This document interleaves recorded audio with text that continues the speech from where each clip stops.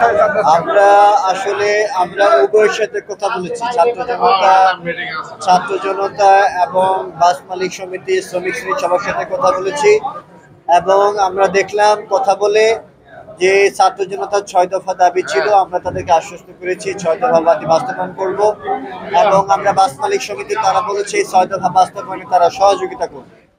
অপরদিকে বাস মালিক সমিতির কিছু দাবি ছিল, আমরা সেগুলো বলেছি যে আমরা সেগুলো আমাদের প্রশাসনের পক্ষ থেকে যেগুলো বাস্তবায়নযোগ্য সেগুলো আমরা বাস্তবায়ন করব এবং একই সাথে যদি কেউ আইন নিজে হাতে তুলে নেয় তাহলে তার বিরুদ্ধে আইনগত ব্যবস্থা নেওয়া হবে, এটা তাদের আশ্বস্ত করছে।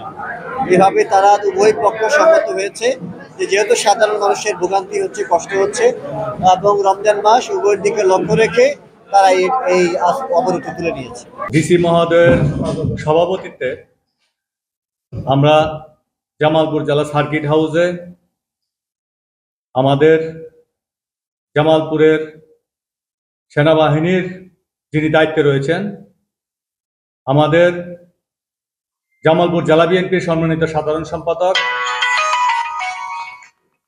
জামালপুর পৌরসভার সাবেক দুইবারের মেয়র, ময়মনসিংহ বিভাগীয় সহ সাংগঠনিক সম্পাদক জননেতা জনাব অ্যাডভোকেট ওয়ারেস আলী মামুন ভাই সহ জামালপুরের পুলিশ প্রধান সহ প্রশাসনের সকল পর্যায়ের লোকজন এখানে ছিলেন। আমাদের জামালপুর জেলা মালিক সমিতি, শ্রমিক ইউনিয়ন সহ আমরা ওখানে একটি শান্তিপূর্ণ আলোচনার মাধ্যমে আমরা আমাদের যে সমস্যা ছিল, আমাদের যে দাবি দেওয়া ছিল, সেই দাবি দেওয়া তারা মেনে নিয়েছেন। প্রায় 30 ঘন্টার মতো আমাদের এই গাড়ি বন্ধ থাকার পরে আমরা আমাদের সেই দাবি দেওয়া মেনে নেওয়ার পরে আমরা রাত্রে থেকেই আমরা গাড়ি চালানোর সিদ্ধান্ত নিয়েছি।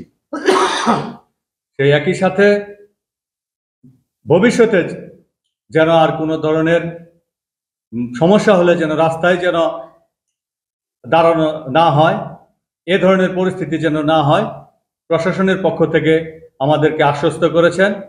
আমাদের গাড়ি নিরাপত্তা বিষয়ে নিশ্চিত করেছেন এবং শ্রমিকদের নিরাপত্তা নিশ্চিত করেছেন। ওনাদের নিশ্চিতের প্রেক্ষিতে আমরা গাড়ি চালানোর সিদ্ধান্তে একমত হয়েছি। রাত্রি থেকে আমরা গাড়ি চালাবো। গতকাল আমাদের টার্মিনালের সামনে রুট ব্যারিকেড দিয়ে বৈষম্য বিরোধী ছাত্র আন্দোলনের নেতৃবৃন্দরা তাদের বিভিন্ন দাবি দাওয়ার বিষয়ে আলাপ আলোচনা করছিল। এক পর্যায়ে টার্মিনালের পরিবেশ তারা অশান্ত করে তুলে, যে কারণে একটু ঘটনা ঘটে, আমাদের 2 জন শ্রমিক আহত হয় এবং পরবর্তীতে আমরা নিরাপত্তার স্বার্থে জামালপুর জেলায় আমরা বাস মিনি বাসের শ্রমিকরা কর্মবিরতি পালন করি। আমাদের দাবি ছিল যে আমাদের কর্মের নিরাপত্তা দিতে হবে, আমাদের যাত্রীদের নিরাপত্তা দিতে হবে, আমাদের ড্রাইভারদের নিরাপত্তা দিতে হবে, আমাদের স্টাফদের নিরাপত্তা দিতে হবে।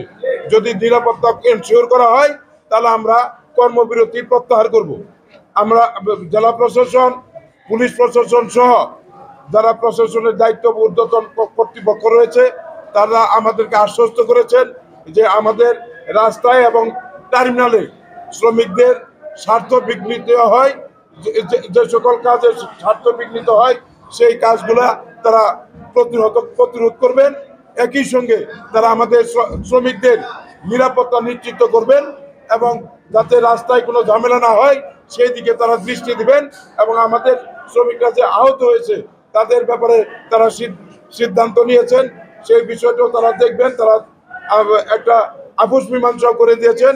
বিশেষ করে গত পরশুদিন যে গাড়িটি, রাজীব গাড়িটি আগুন লাগিয়ে পুড়ে দেওয়া হয়েছে, আমরা ইতিমধ্যে চিহ্নিত করেছি কারা কারা এই ঘটনাগুলো ঘটেছে।